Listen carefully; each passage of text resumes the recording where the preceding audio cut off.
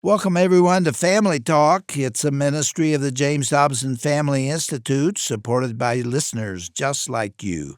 I'm Dr. James Dobson, and I'm thrilled that you've joined us.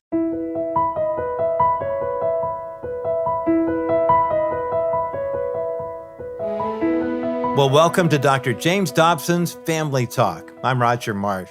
Have you ever stopped to wonder why certain childhood memories really stick with you, while others seem to vanish completely? Well, on today's edition of Family Talk, we're bringing you the conclusion of a powerful conversation on this topic featuring Dr. Dobson and his guests, Drs. Kevin Leman and Randy Carlson. Their insights might surprise you because those memories that linger aren't random. They're actually shaping how you live, how you love, and even how you see God. So you won't want to miss a moment of the conversation we're about to begin right now on today's edition of Dr. James Dobson's Family Talk. It's a real pleasure to have my good friend Dr. Kevin Leman and Randy Carlson back with us again for a second day, talking about their book, Unlocking the Secrets of Your Childhood Memories. There's some new thoughts in this book that have really stimulated my thinking, and there's a lot more that we need to talk about today. Gentlemen, welcome back. Thank you. It's nice to be here. Good to be here. Thank you, Jim. You all have been on a tour around the United States, I guess. How many? 30 cities, I guess? 31. Talking about this book, and by now you should know its content pretty well, I would think. Let me give an introduction for those that didn't hear the broadcast last time or may not know these gentlemen. Dr. Leman is probably best known as the author of the Birth Order book, which is now sold over 500,000 copies. Dr. Leman graduated from the University of Arizona with a PhD in psychology. Randy Carlson also graduated from the University of Arizona with a master's degree in marriage and family counseling. Well, let me begin where we left off last time, talking about the book Unlocking the Secrets of Your Childhood Memories. And let me do it by describing some research that I remember reading about when I was in graduate school. In fact, there were classic studies that were done by two men named Penfield and Rasmussen. Mm-hmm. I wonder if our guests recognize those names. You ever From way back when? Two surgeons. They were doing brain surgery with the patient semi-conscious. And they found almost accidentally that by touching various parts of the brain with an electrode, a very mild electrical stimulation, the patient remembered in full detail an experience from early in life, in living color, with all of the sights and smells and emotions that accompanied that experience originally. It all came flooding back, and if you touched a different part of the brain, there was a different memory. And it was obvious that with this electrical stimulation, you could access everything that was there. It's all there.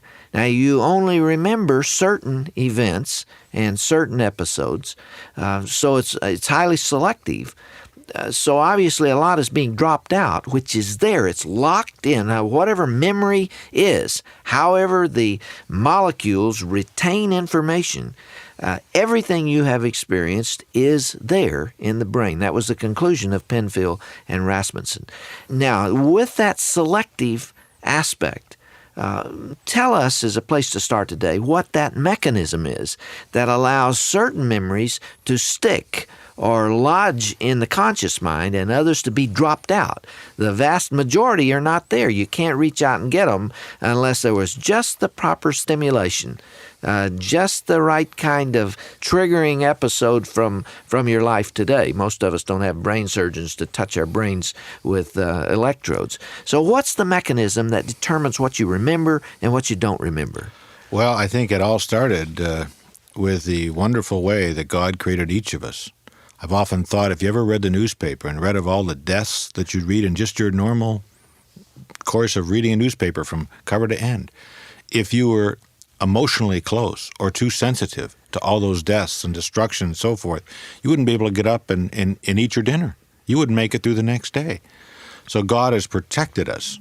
And there's certain things we know from lots of clinical studies that people have repressed, denied, pushed back, that are so hurtful, so harmful, they can't let them get to the conscious level.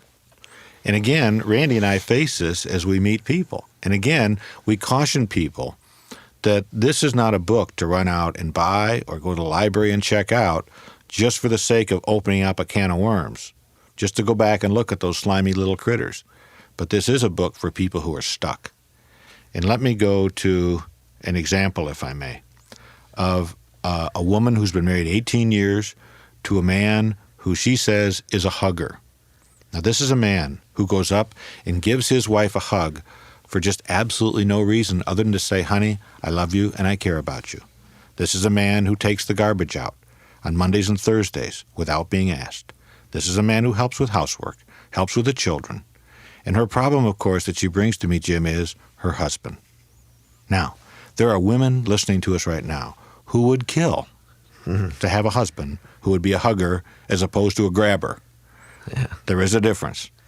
And yet, I went to early childhood memories with this woman, and we went back and started to pull some memories out, some rather benign ones. And in the process of interviewing her, she told me one thing that seemed a little out of place, seemed a little strange. She mentioned in conversation she hated the color blue.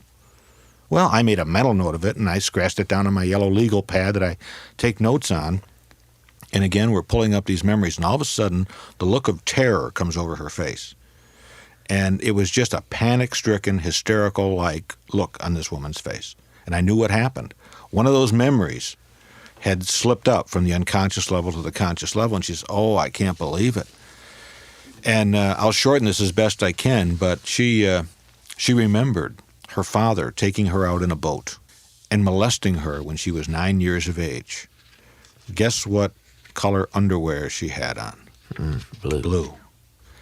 And maybe that's a far-out example, but it was through the early childhood memory exploration that we're able to free her from that and get her moving with her husband, who was the envy, I should point out, of all of her friends at church. Everyone thought this guy was super and she had the greatest marriage on the face of the earth. But there was something blocking that. Randy, let me take that one step further. If the memories are selective because there are certain experiences that are so painful, as with this molestation, that the mind protects you from it. In other words, there's a mechanism there to keep you from being hurt. It's a defense mechanism. It is. Why do we want to circumvent it and get below it and get past it and relive that bitter experience? Well, as we say in the book and in our own seminars and in counseling, there's no reason to look at memories unless you are stuck, unless there's a reason to gain some information about yourself.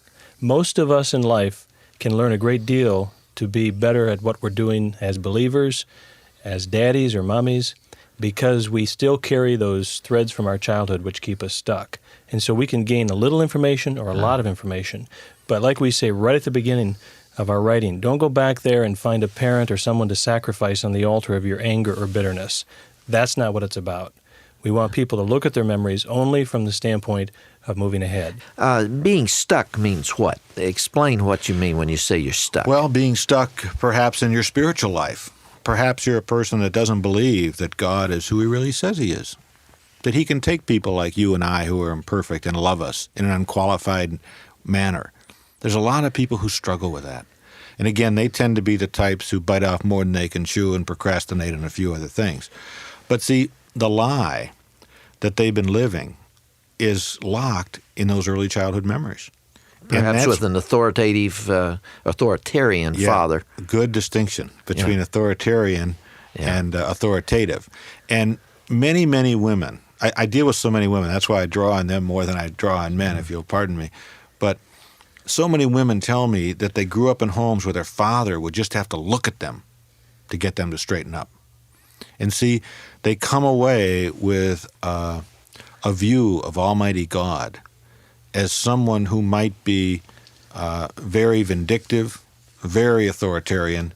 He might be looking for people like you and I who are imperfect. And he might have the biggest whammo slingshot on record looking for us, to let us have it. And so a person has to attack that lie.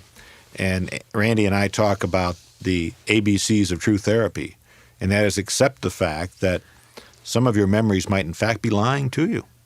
That's one thing we have to look at. We haven't talked about that yet. They're all tinted. If 3 or 4 kids, Jim, all see the same thing happen in their family, they will all report it 32 years later very differently. Yeah. Your memories can be liars, right? And it may not be your own memory that you're trying to unlock. It may be trying to understand the people that you live with. It may be a spouse who is really hidden deep within himself or herself, or a child that you're trying to understand, or a teenager, or someone you work with. On the cover of your book, you have 3 statements here. One of them says, change your negative memories into positive ones. Can you really do that? I mean, Kevin, going back to the story you told of the little girl who was molested, how's she going to change that? Well, what she has to do is realize that, number one, she was not at fault. She was a victim of sin. And anytime sin happens in life, people get hurt. But I like to point out that Oprah Winfrey, who was raped by a cousin, who was kicked in the teeth in life lots of times, has overcome a lot. And so the person must come to grips with the fact that, yes, some things happened to me that shouldn't have happened to me in life. But what am I going to do? Am I going to stay stuck, point my finger at that person and say, there's the reason I'm never going to do anything in life? Or am I going to step forward and keep going with God's help, one step at a time? In the first 7 or 8 years of life, I think there's not many psychologists and psychiatrists that would disagree with the fact that personality is formed in those years. And Randy and I refer to personality as sort of like a grain of wood. And yet we have all these self-help gurus and psychologists and psychiatrists running around the nation. On many of the talk shows that I'm on, I'll point out, we have some very interesting conversations. I try to hold my own with them. But they say such things that don't make any sense whatsoever. And in vogue today is the fact that you'll hear people say, oh, listen, I know the problem. The problem is you need to get in touch with your feelings. And if you'll just get in touch with your feelings, you'll know the right thing to do. Now, when you look at it from a humanistic standpoint, I mean, that line is so nauseatingly repeated across the airwaves of America, it's unbelievable. And I'm here to tell you, you can't go through life just following your feelings. In fact, Oprah and I had a rather lively discussion on one of her shows. She's one of those people that wants to shoot from the hip and ask questions later, and she sort of goes with the flow. And I challenged her on her own show and said, wait a minute, you can't go through life like that. If you and I would do that for 30 days, we'd end up in the county jail together. You can't go through life just following your feelings. And so you have to use the good brain that God gave you to look at situations and say to yourself, all right, what does old self do in this situation?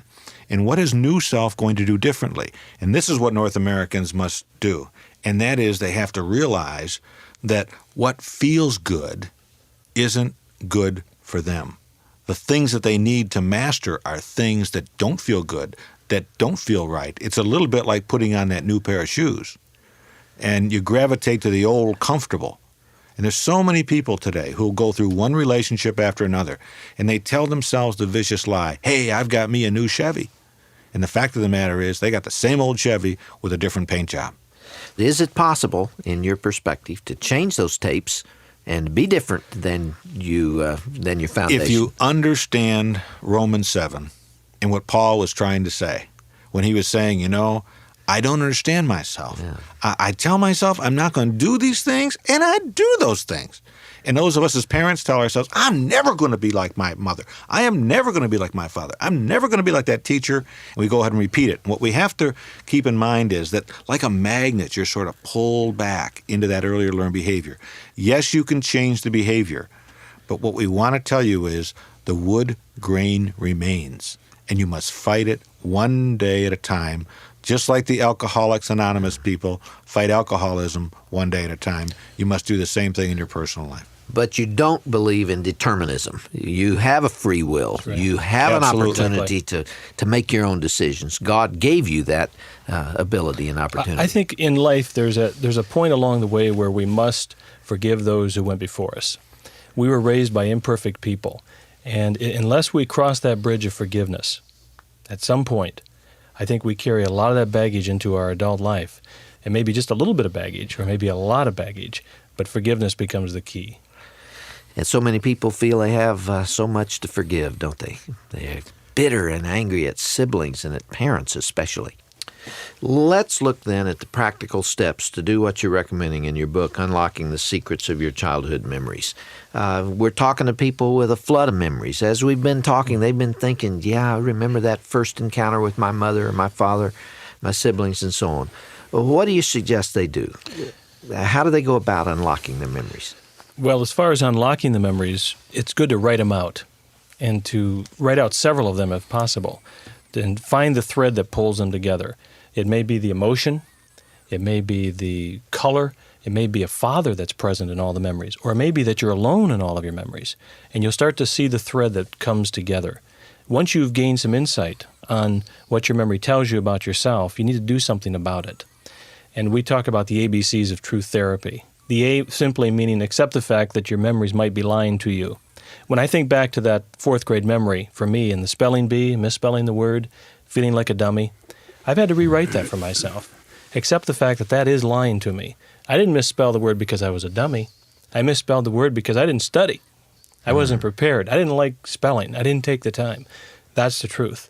And so A is accept the fact that your memories might be lying to you. And then B, believe the truth. For me, the truth was that I'm not a dummy. I just misspelled the word. And then change becomes a matter of choice, doesn't it? It's a matter of deciding to change my view of people. We have a chapter where we talk about letting mom and dad off the hook. And a lot of people can get up to that point. But when they get to that bridge that I talk about of forgiveness, that's where they get stuck. They believe everything we're talking about, but they won't cross that bridge and change through the process of forgiveness. Kevin, you have experienced this yourself, and we had devotions together this morning, and you were kind enough to express some of these ideas to the members of our cabinet and our staff. And you said something that you may not want me to ask you to repeat here, and if you don't, I certainly understand that. But you talked about your relationship with your own father, and you said that you weren't ready to be very open about that because some personal things in your life. I won't take you too far down that road. But you had to forgive your father for some things, didn't you?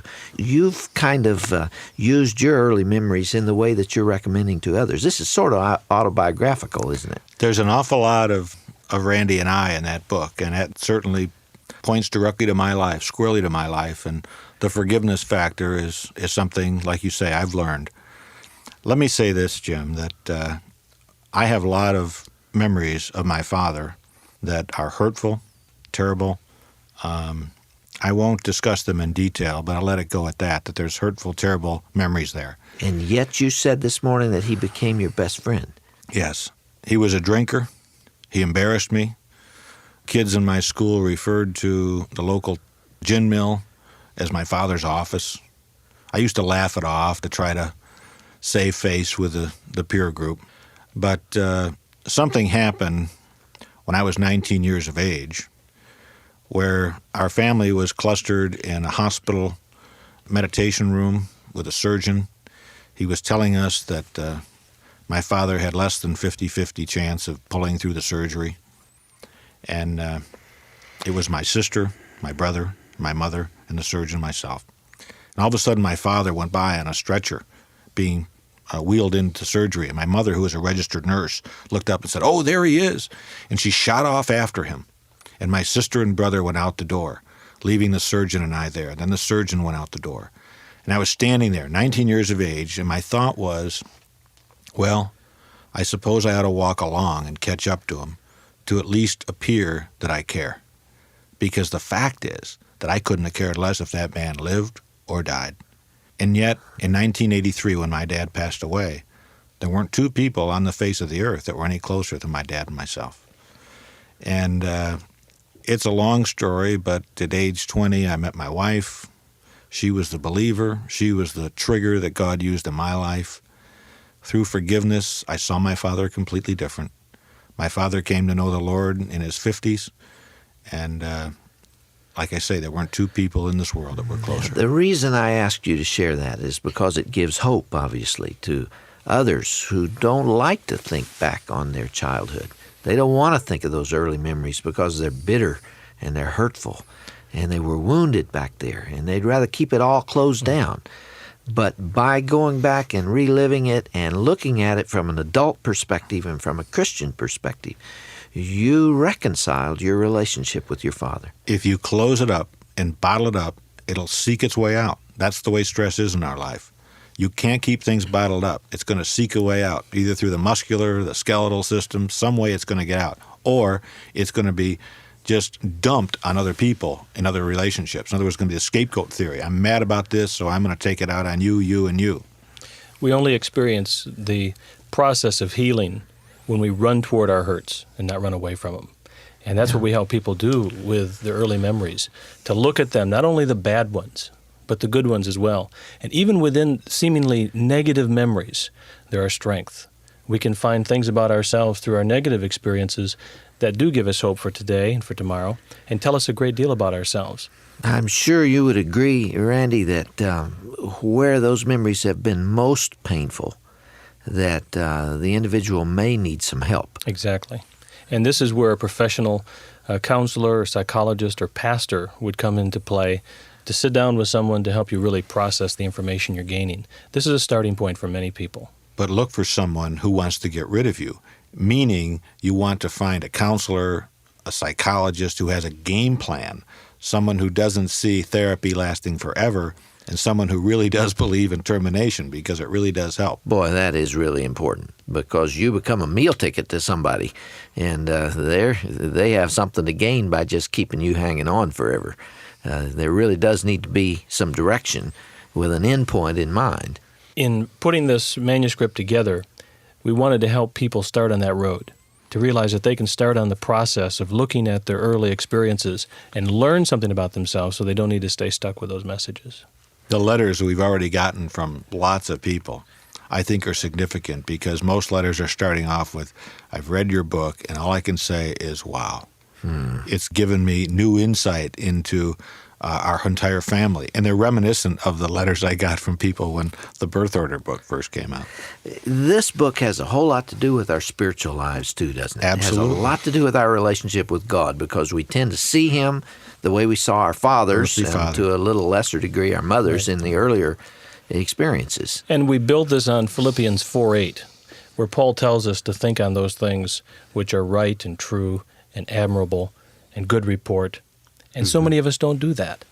We put the old videotape on and we go back to the negative things.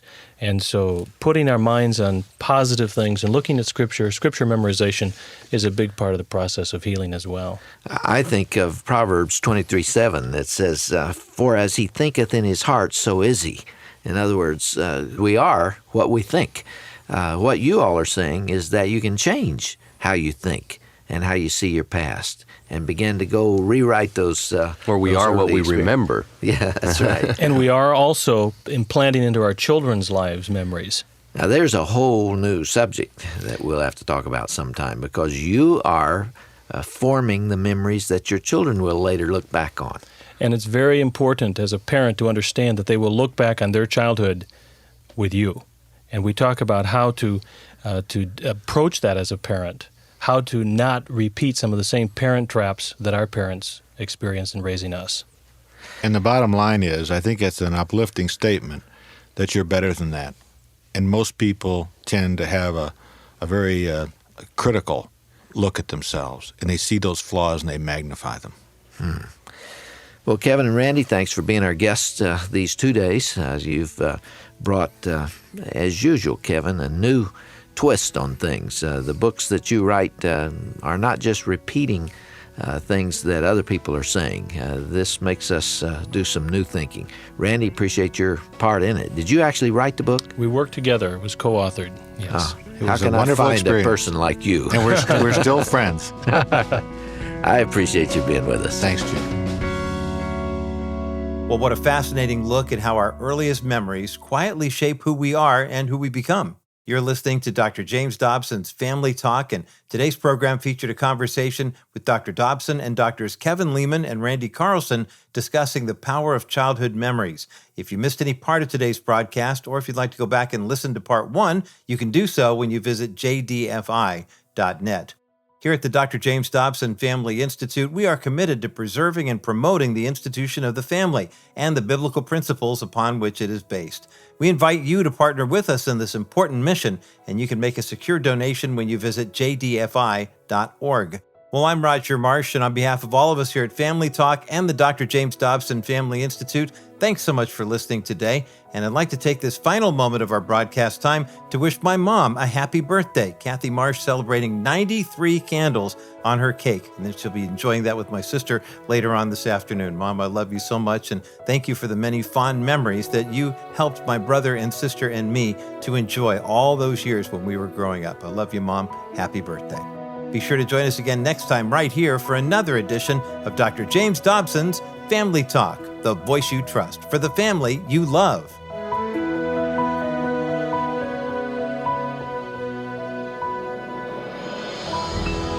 This has been a presentation of the Dr. James Dobson Family Institute.